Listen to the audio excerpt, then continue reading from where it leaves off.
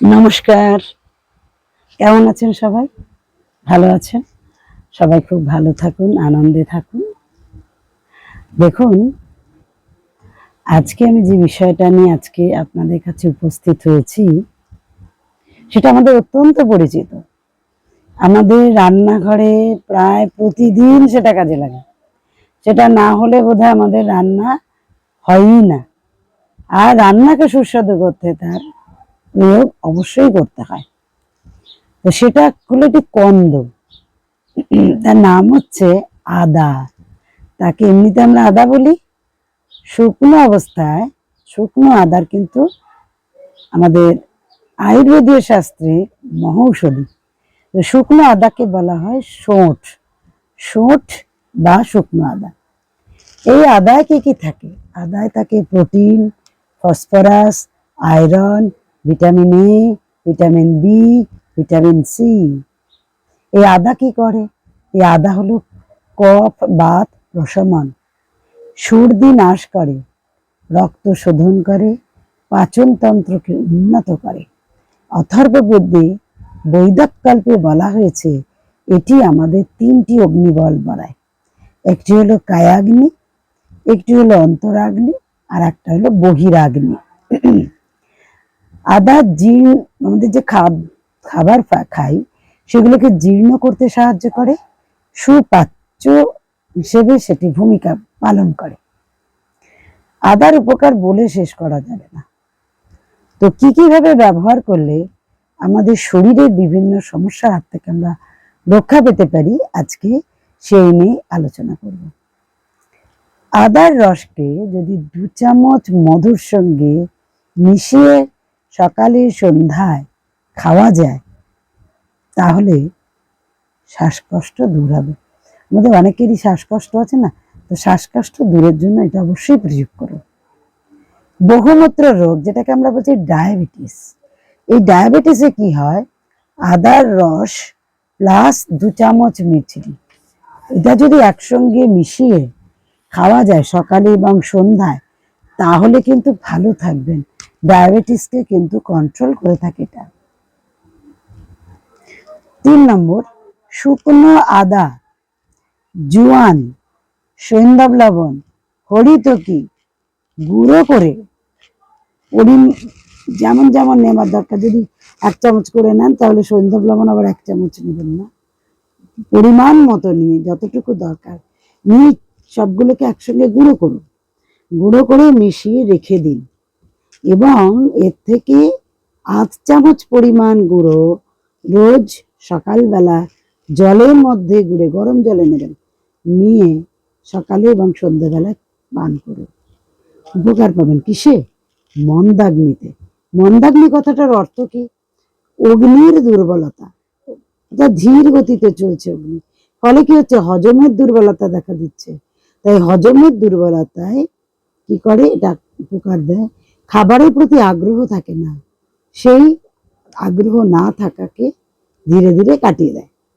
এই সমস্যায় 1 চামচ আদার রসের সঙ্গে 2 চামচ পরিমাণ লেবুর রস মিশিয়ে জল দিয়ে যদি পান করা যায় তাহলেও কিন্তু এই মন্দাগ্নিতে উপকার হয়।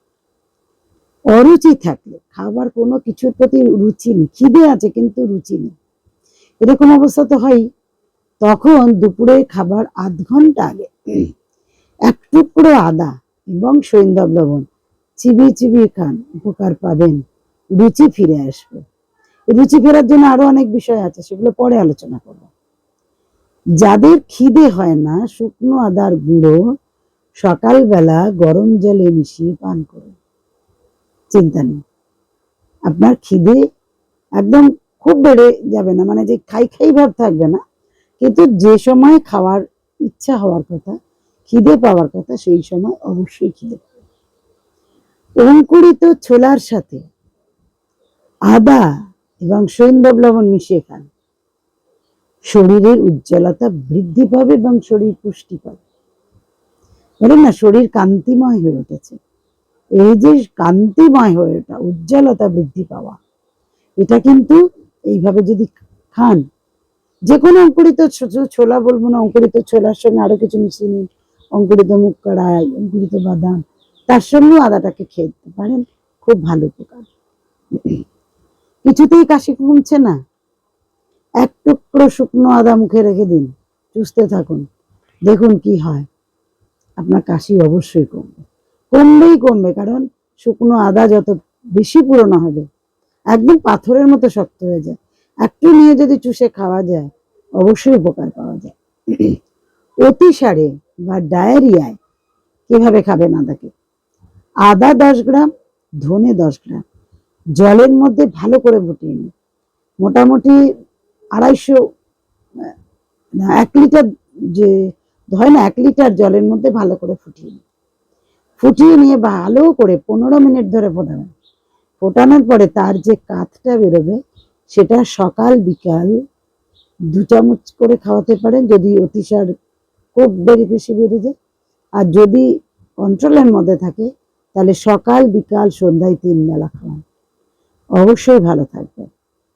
হাঁপানির কষ্ট হচ্ছে, সন্ধ্যায় 2 চামচ আদার রসের সঙ্গে পিপল চূর্ণ এবং সৈন্ধব লবণ মিশিয়ে খান, ভালো থাকবেন।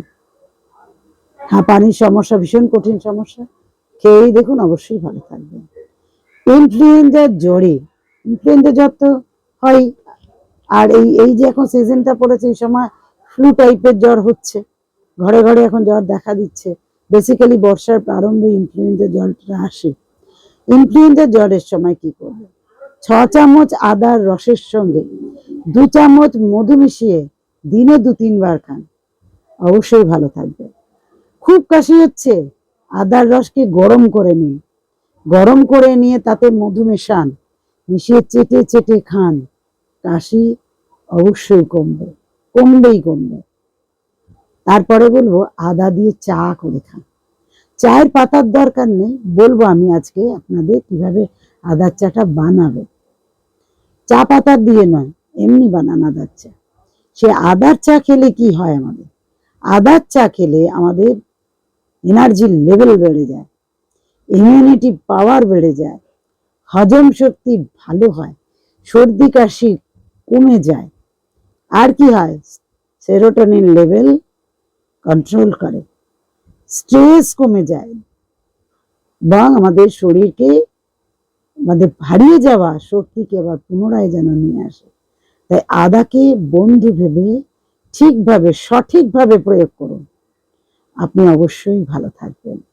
এবার বলবো যে আদার চাটা কি করে বানাবেন। এর জন্য প্রথম বলি যে কি কি লাগবে, কিভাবে বানাবেন আদার চা। প্রথমে লাগবে 1 ইঞ্চি পরিমাণ আদা। আর কি লাগবে? আর লাগবে 8-10টা তুলসী পাতা, ফ্রেশ তুলসী পাতা। দারচিনি গুঁড়ো নিতে পারেন অথবা স্টিক নিতে পারেন, দারচিনি একটু ছোট ধরনের একটা স্টিক নেবেন। আর কি নেবেন? 1 চামচ মৌরি, 1 চুটকি হলুদ গুঁড়ো, আর 1 ইঞ্চি পরিমাণ হলুদ, 1 চা চামচ নয়, আধা চামচ থেতো করা গোলমরিচ, আর আধখানা লেবুর রস। এবার কি করবেন? প্রথমে জল গরম হতে দিন, জল গরম হয়ে গেলে তার মধ্যে আদাটাকে গ্রেট করে দিন, হলুদটাকে দিয়ে দিন, কাঁচা হলুদটাকে গ্রেট করে দিয়ে দিন, এবং বাকি যে আছে দারচিনি বলুন, তুলসী পাতা বলুন, গোলমরিচ বলুন, যা যা বললাম, মুড়ি, সমস্ত কিছু ওর মধ্যে দিয়ে দিন। হলুদ গুঁড়োটাও দিয়ে দিন, 1 চুটকি হলুদ গুঁড়ো, বেশি না, 1 চুটকি হলুদ গুঁড়ো, যেটাকে 1 পিঞ্চ বলে। এটাকে ভালো করে ফোটাবেন, চাপা দিয়ে 15 মিনিট ফোটান। ভালো করে ফুটে গেলে তাতে এবার আধখানা লেবুর রস দিন বা লেবুর জেস্ট দিন, গ্রেট করে দিয়ে 2-3 মিনিট চাপা দিয়ে রাখুন। তারপর ছেঁকে নিন, ছেঁকে নিয়ে পান করুন। আহ, কি আরাম, এক চুমুকে শান্তি। তো আজকে সকলের শান্তি হোক, আদাকে সঠিকভাবে প্রয়োগ করুন। তো কথা বলে সকলে সুস্থতা প্রার্থনা করি ঈশ্বরের কাছে। আপনারা সকলে সুস্থ থাকুন, ভালো থাকুন, আনন্দে থাকুন। এই কথা বলে আজকের মতো বিদায় নেব আপনাদের কাছে। আবার আগামীকাল আপনাদের সঙ্গে দেখা হবে। আমার সঙ্গে আপনারা থাকুন। ভালো লাগলে লাইক করুন, কমেন্ট করুন, সাবস্ক্রাইব করুন।